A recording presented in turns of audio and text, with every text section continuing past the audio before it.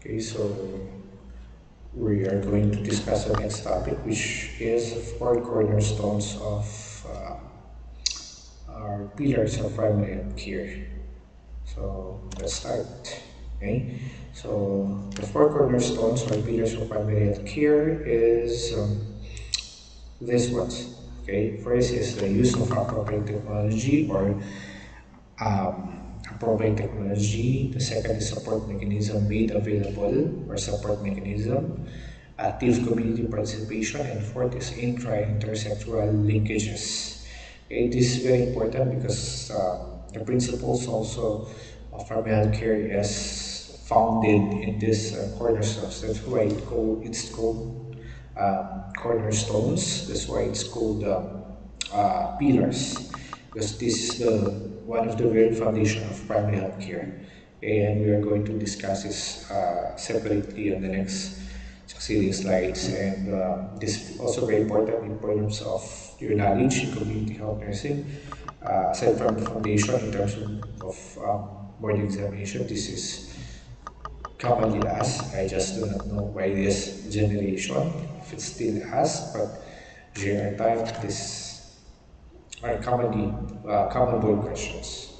Okay, so let's start with number one, your active community participation. Okay, for active community participation, as I mentioned in the next other slide, we want to develop active partners in the community. The community people should be involved in every stage or phase of community development. In every activity possible that they can be involved, that they should be empowered, and this community participation should lead on um, self-determination and self-reliance, and also in which later on they are going to handle the system, the, the, the activities later on, because the community organizers will not be, is not forever in the community. They are going to leave the community, so they have some group or the community people to live in this systems, its activities, programs, and the like. Okay, so it's a very important foundation. Okay, so some of activities that the community people may participate are defining the health and health-related needs. If you remember in the principles and strategies, this is referring to consciousness raising, or this is awareness raising also, okay? Making the people aware of their current situation. Uh, Maybe they can define health-related needs, problems, and as I've discussed, we are not to dictate, okay, the problems in the community. Identify realistic solutions in relation to these needs, organize, mobilize its resources for health activities. When you say resources, um, their own community resources, be it materials or even people or human resources.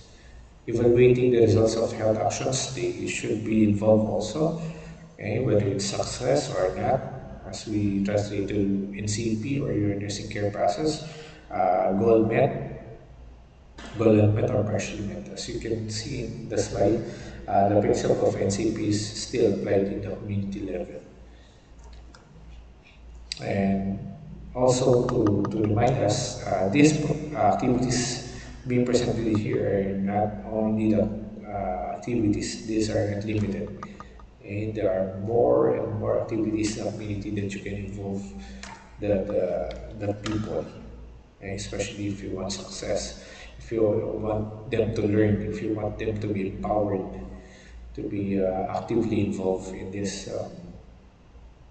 uh, activities in this private healthcare program. And some of the images, pictures related with decision making, they should be involved. We have this one, it's like it or Bailihan, the Philippines, and information dissemination. They should be involved also. Then number two or second cornerstone or pillar is support mechanism made available. So generally we are the healthcare providers or the support mechanism or support system that the primary healthcare usually wants to, excuse me, excuse me. And as we have mentioned before, um, uh, these healthcare providers must be accessible, must be present, must be available, okay, in the community, especially if the community people needs them, okay, or needs us. Okay. So, but in one of the references that I have read, support mechanism should be improved also. Okay, so I think there are three improvements that is needed in terms of being a support mechanism. First is the working condition of health personnel, okay, such as the team building activities, performance review and promotion of these health workers, planning and management skills of health personnel at all levels, technical skills of health personnel. This just means to summarize letter A, we have to equip them, we have to prepare them as healthcare providers, we have to ensure that they are competent in dealing with community health problems and needs. And they are also equipped with the knowledge, skills, and even attitudes in relation to community development, which you students are already having right now, formally in school. But later on, when you become community health nurses, there are still lots and lots of principles that you need to study. So these are some examples of your primary health workers that are also considered to be support systems. Okay, so first you have your village grassroots workers. They are the initial link or the first contact of the community to other health facilities or health workers. They work in partnership with the local health service workers. They provide elementary or basic preventive curative health care measures. These are usually your trained community health workers, auxiliary health workers, and formerly your trained birth attendants when line ins were not present yet before. Okay. But now in our line in we have nurses, we have midwives in the community setting. Intermediate level, we have your general medical practitioners, your primary health nurses, and your midwives. They are considered to be the first point of contact um, in professional level. Okay, licensed ones, they attend to help problems beyond the competence of the first village or grassroots workers, and they provide support also to frontline health workers at the next level. This next level are the health personnel of first line hospitals, who are the physicians with specializations, nurses, dentists. And these healthcare providers usually establish close contact with the village and intermediate levels health workers and provide backup health services to more or to higher levels of healthcare providers or facilities.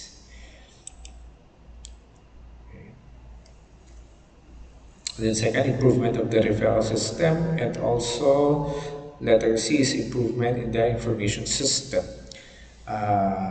These were discussed during the last term. Okay, referral system. This is from the word referral. This is uh, referring clients or patients from one health facility to another. Okay,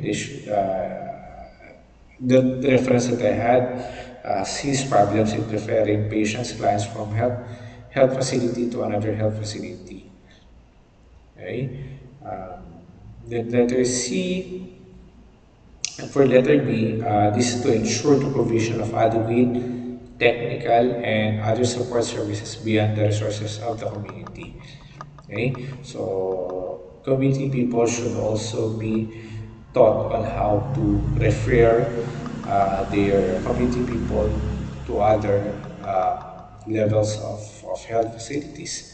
Okay, if ever the client came from one facility or came from the community first, okay, they should be taught on how to refer clients. They should learn how to refer their co-community people. Okay.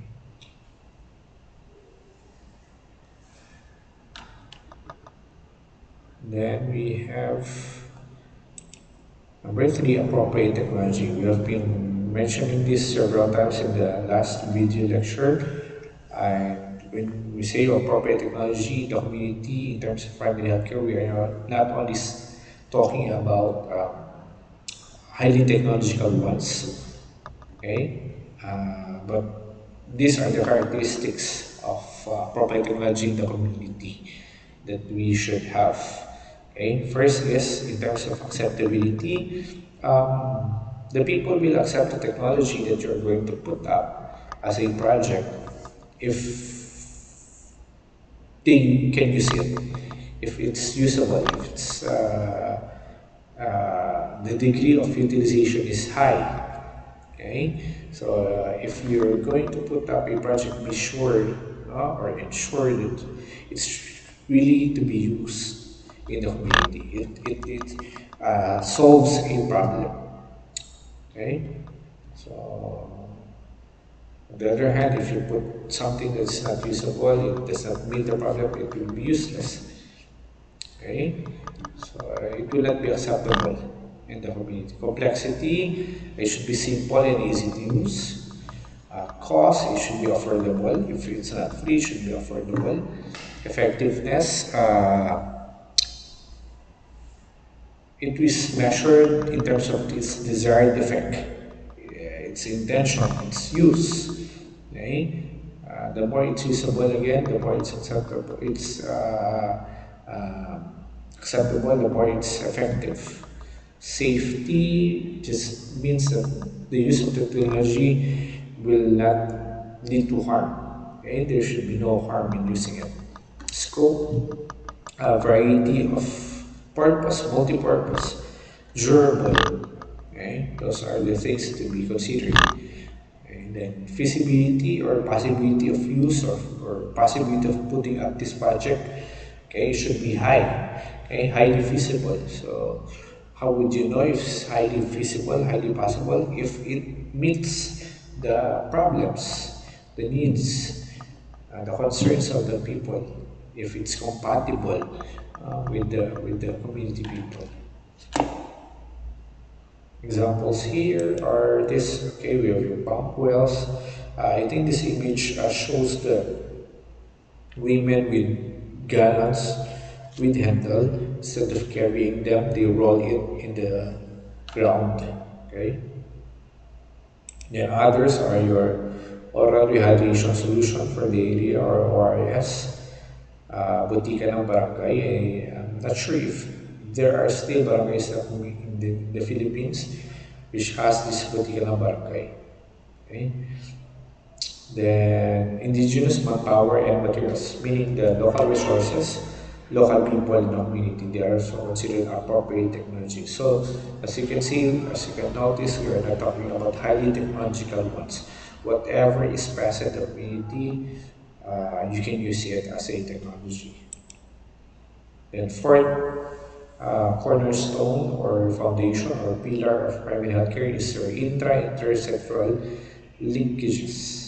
Okay, so primary healthcare in general is multi-sectoral approach. In terms of intersectoral linkages, this means that you are going to integrate other sectors of the economy in the pursuit of your goal to make primary healthcare effective. And when you say intrasectoral, it's within your own sector. So when you say intrasectoral, it's within the health sector at different levels. When you say intersectoral, you are going to include other sectors of the economy, like We have here local government units, education, agriculture, public works, social welfare, and population control, and the like, even non-government organizations, even private institutions. These can be tapped to help or to be major implementers of primary health care. Okay, so those are the four cornerstones or pillars of primary health care. Again, we have your active community involvement or active community participation, support mechanism made available, then appropriate technology and intersectoral linkages. Then on the next video lecture series, we are going to discuss the different health services in primary health care being acronymed by the word elements. It is a very lengthy one, but we'll make it simple. Okay. Thank you and see you in the next video lecture.